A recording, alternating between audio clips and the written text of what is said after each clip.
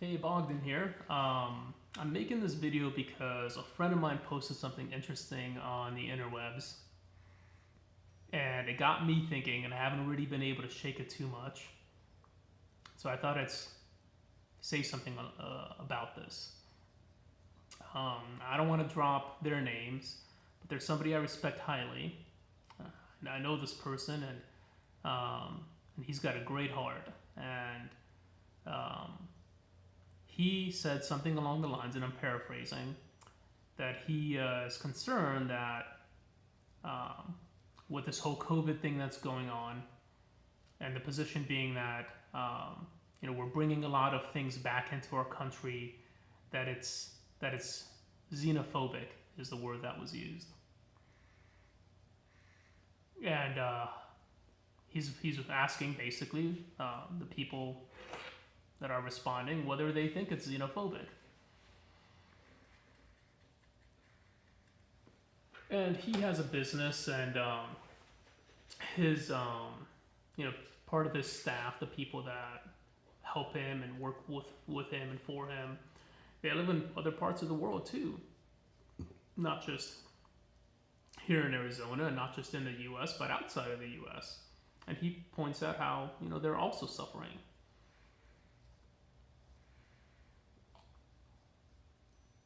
and rightfully so. Not rightfully so that they're suffering. That's not a good thing, obviously. But he rightfully points out that they are also suffering. So it's not just us. So again, back to the question: is it xenophobic?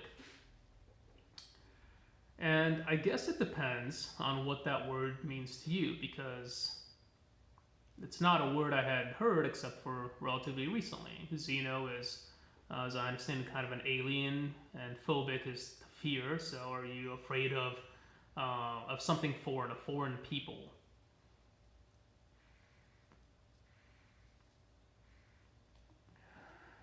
And I would say that, I guess my opinion this is me thinking out loud and wanting to share it with you, for the purposes of eliciting a conversation, or at least just getting you to think about the same thing, because I think it's an interesting thing to think about, and I think it's relative, and I think it's relevant, and I think it's important.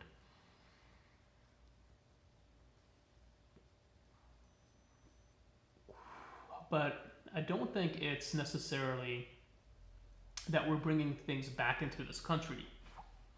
I don't think that's what's xenophobic. That we're bringing production back into the country. Specifically with this whole COVID thing, I think we're specifically talking about China, which is where a lot of this seems to have originated from. Wuhan province.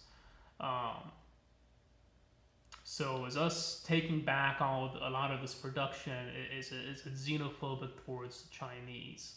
Um, and I think it depends. Or I think maybe the better thing to say was, is it bad? And it's bad. It depend. It's bad. Wow, that's a hard sentence. um, it could potentially be bad if you're doing it for the wrong reason. So if your reason for bringing things back is because, well, it's better for our economy that we produce it ourselves. Um, the government of China, as it is, their communist dictatorship, which is what I understand it to be, has been untruthful, withholding information, potentially falsifying numbers, um, at least initially untruthful. Uh, we've gotten some products from them that were also, as I understand it, ventilators and things of that nature that were defective, not in good condition. Tests, I think, is actually what it was. We've gotten tests from them, COVID tests that were defective and not working. And it turns out that actually quite a lot of and I don't think this is a surprise to many people, but as I understand it, quite a lot of our products come from China, kind of a staple in the American household. So is it Is it good to bring it back? And I think my first inclination is yes, but. So yeah, I'd love to buy more American. I'd love to for America to make wonderful products that are reliable and most likely not as cheap as the products that come from China. But then maybe we need to learn to be okay with that. Maybe we need fewer things, but to be okay with the things that we have maybe being of better quality.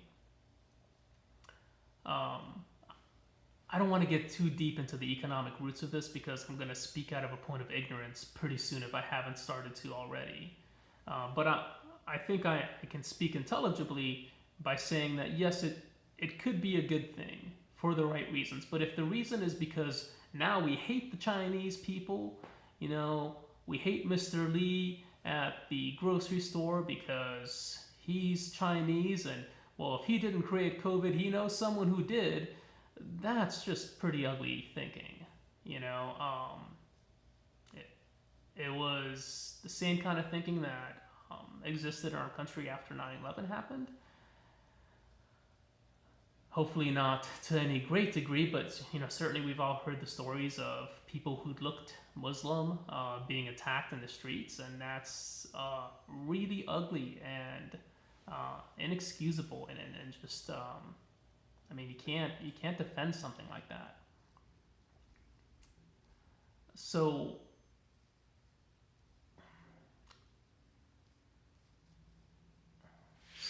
I don't think that us making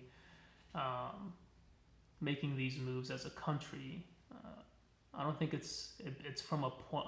It comes from a point of hatred. Um, I just don't have anything to show that. People, I think, can be hateful. I think governments being hateful is a little more difficult than the individual. Um, Individuals can be racists, can be ignorant. Well, Lord knows governments can be ignorant too, but I don't see it being likely that it's necessarily a xenophobic thing. I think it comes from the idea of wanting to be more self-sustaining, of wanting to be more secure as um, as a country. I think of it. I think of our country sort of as a company. You know, if your company has near unlimited capital, wouldn't you want to be as independent as possible? Wouldn't you want to not have to depend on a bunch of other companies, be they big or small, to get the parts you need to produce the product you're producing or offer the service you're offering? And I think it shows that as they grow larger and larger, they do tend to try to become more self-sustaining. You look at Amazon and Apple and PetSmart, and they've acquired companies along the way. Facebook certainly has as well. Google certainly has as well. And they've acquired a lot of these companies that used to provide them a service or a part of a product, or maybe were even a competitor and who had their own infrastructure, and they acquired them, and now they've incorporated that into themselves, and because of that, they're stronger.